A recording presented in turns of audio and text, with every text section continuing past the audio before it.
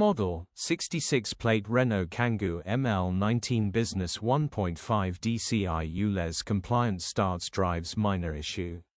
Body, white, panel van. Mileage, 161831. MOT, the 29th of September 2025. Engine, 1461 cc K9 K90 E5F. Transmission, 5-speed manual, front-wheel drive. Mechanical summary: this takes longer than usual to start, but once running starts and drives brilliantly, we believe it is down to a fuel pressure problem. If you give it a slight spray of Easy Start, it fires up instantly and continues to run on its own all day long. Could be used as it is a simple repair. Grin.